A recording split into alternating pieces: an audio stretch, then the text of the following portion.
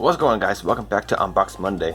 So this Unbox Monday is based on the Revell Porsche Panamera Turbo.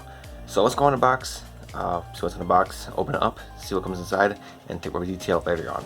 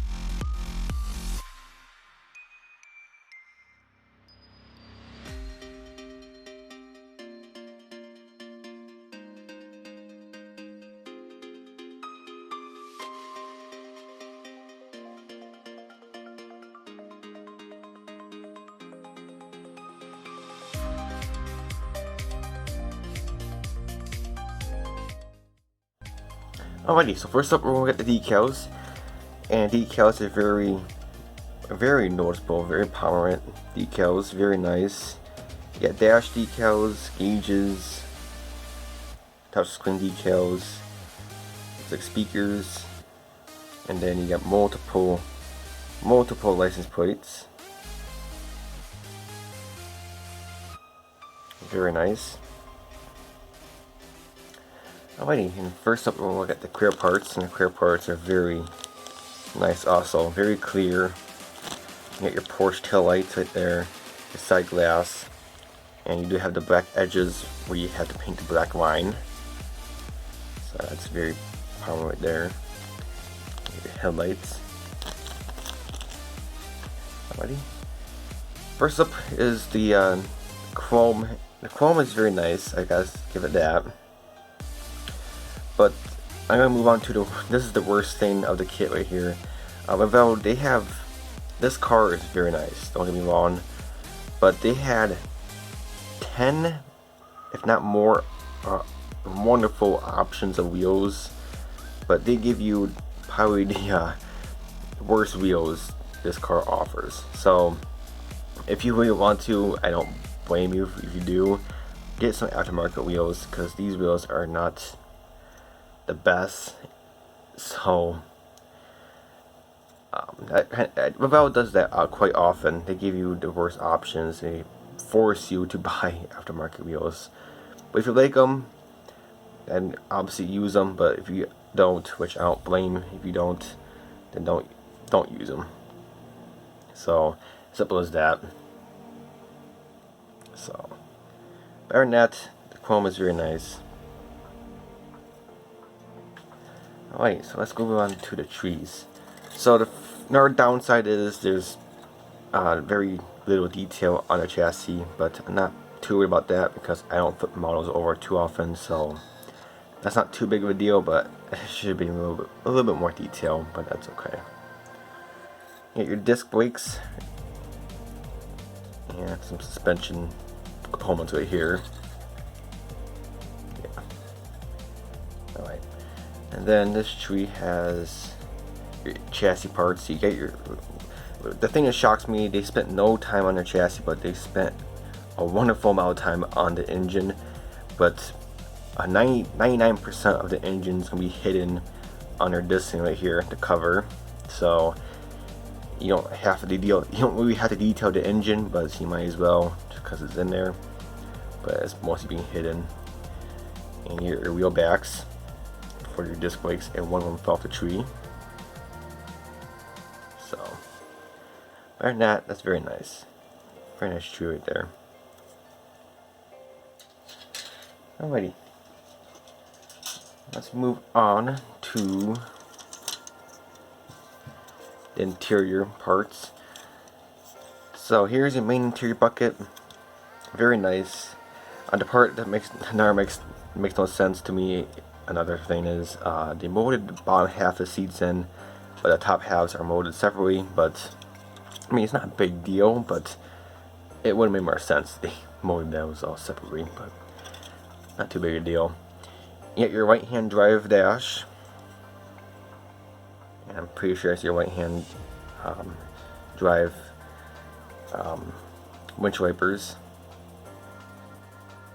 a bunch of interior components, and then on this dash tree is your left hand drive dash, so that's a very nice touch to add there. Here's your upper part of your seats for the back, also very nice, and here's your front seats. Your front seats backings and door panels, those look very nice. Steering wheel and steering wheel column, and what's it, center console kind of thing. Very nice. Alrighty, the next thing is the tires. You get 4 wonderful tires. These are actually pretty decent. The size looks kind of correct, but then again, the wheels are, they give you the most ugliest wheels this car offers. So, better than that, the tires actually look pretty decent, and I'm pretty sure, yes. Here's your front ones, and here's your back ones. So there's a little bit of a difference right there. You get front skinnies and front backs, so a little difference, but not too big of a difference. Alrighty, let's move on to the body trees. Another thing is they molded it into this weird light, darkish bluish kind of color, which is kind of weird. But I kind of wish they molded it white or dark gray, so you can paint this any other color. But if you want to paint this like a light color, like white for instance, pretty good chance the blue is going to bleed through unless you apply multiple coats of primer. Better than that, you get your hatches, rear view mirrors, above your hood. And the last part of the kit is obviously your body. Very nice body. The interior engine bay is very, nothing. Like I said, mostly the cover that's going there, so you're not going to see much of the engine. But other than that, the body is very well molded. I don't know what that is, but that's like a little divot right here, so you might have to fill that in or sand it. I'm not really sure what the heck that is. Oh, I kind of see. But there's a little dent right there, so you're gonna have to do some sanding, but not too big of a deal. Here's some mold lines, obviously mold lines here. Front fender, as you recommend finding them. So there's some cleanup, but nothing too major. Especially right here, this divot, you can actually see it right there on the camera. So that's one thing you're gonna need to focus on.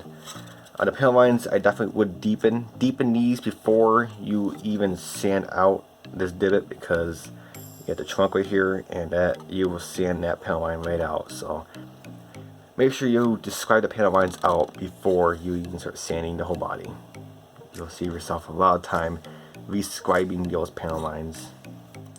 Other than that, the body is very well molded, very well cast.